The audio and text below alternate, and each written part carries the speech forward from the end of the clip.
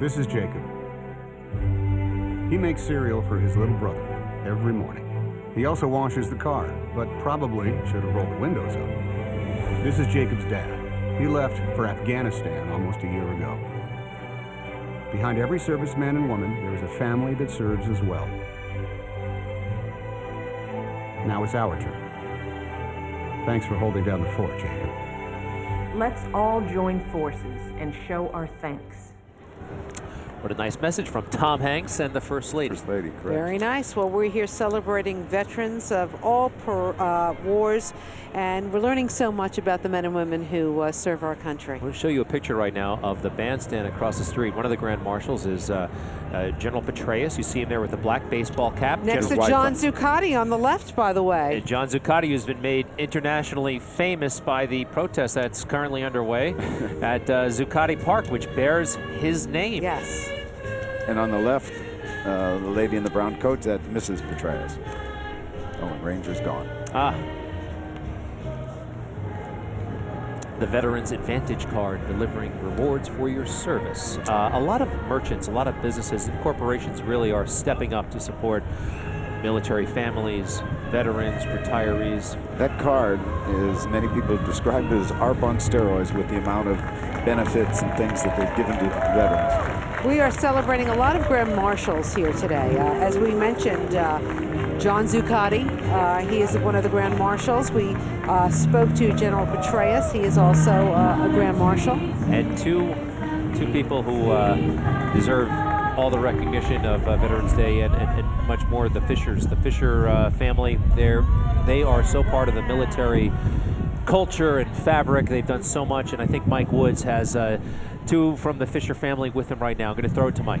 All right, yes, Greg and Rosanna, yes, we have. I just met these guys, and I'm learning so much in a short period of time. We have Arnold and Ken Fisher from the Fisher family, and these guys, they are Grand Marshals in the parade, and I'm just learning a lot about it. And they have done a lot in terms of coming up with organizations that help out vets and their families. So, Arnold, why don't you tell me a little bit about your organization first? Well, I'm the honorary chairman of the Intrepid Fallen Heroes Fund. And what we've done is we've raised over $200 million from the American public, and we've built the Center for the Intrepid in San Antonio, which takes care of the prosthetics for all the kids that are coming home without arms and legs. Wow, and there is a major need. We see that daily in the news. And then last year we opened the Center of Excellence in Bethesda for the young men and women coming home with traumatic brain injury and post-traumatic stress. And that's what we do. And when I build these things, Kent comes along, and he builds the Fisher House. He builds the Fisher House. This is your son here. Yeah. And so, Ken, tell me a little bit about the Fisher House and what it is that you do.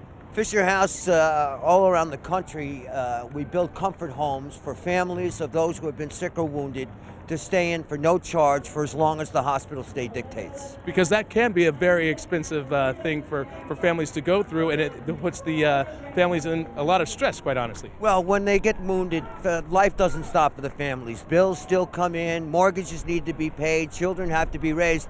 The last thing these families need to worry about is the additional expense of a hotel. So that's where Fisher House comes in. All right, well, Ken and Arnold, thank you very much, gentlemen, for helping us out on this Veterans Day. You guys do amazing work. Keep up the good work. Grand Marshals, one of these days, do you think I can borrow that sash? Do you think I can get out there? I tell you, as soon as it's over, you can have it. All right, very good. Thank you very much. Thank you. All right, absolutely. Greg, Rosanna, we'll send it over to you. Mike, they are two terrific people who are the fabric of New York City, who do so much for the people here. And they do so much for the military. I have to tell you, for a while I thought Fisher House was, some general who served a long time ago. They're so much part of a military base. Paul, you've seen the Fisher House. I think there are some people out there who don't realize that the Fishers are alive and well and serving the New York City community because they're so much part of the military backdrop. Yeah. Besides that, they have Fisher homes at veterans hospitals as well as military hospitals. And just recently announced the British government have asked them to come build a Fisher House with them in partnership to treat the families of British soldiers. They've raised so much money to do this. I mean, especially in an economy that we're in right now.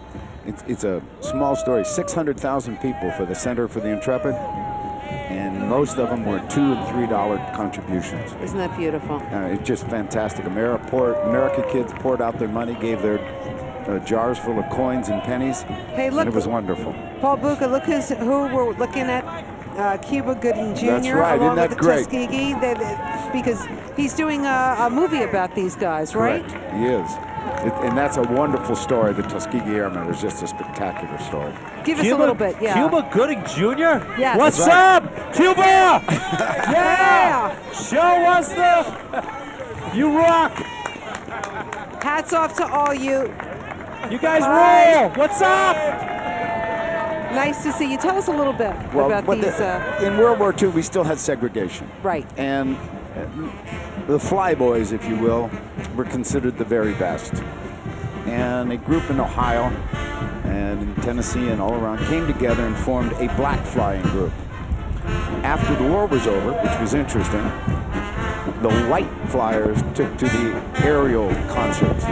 And the Tuskegee Airmen and many of the black flyers took over the racetracks and drove the cars. And there's a great documentary about them. They come to every inauguration. They stand proudly together.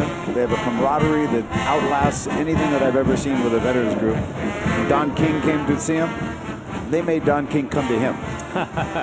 All right, stay with us. More of the parade after the break.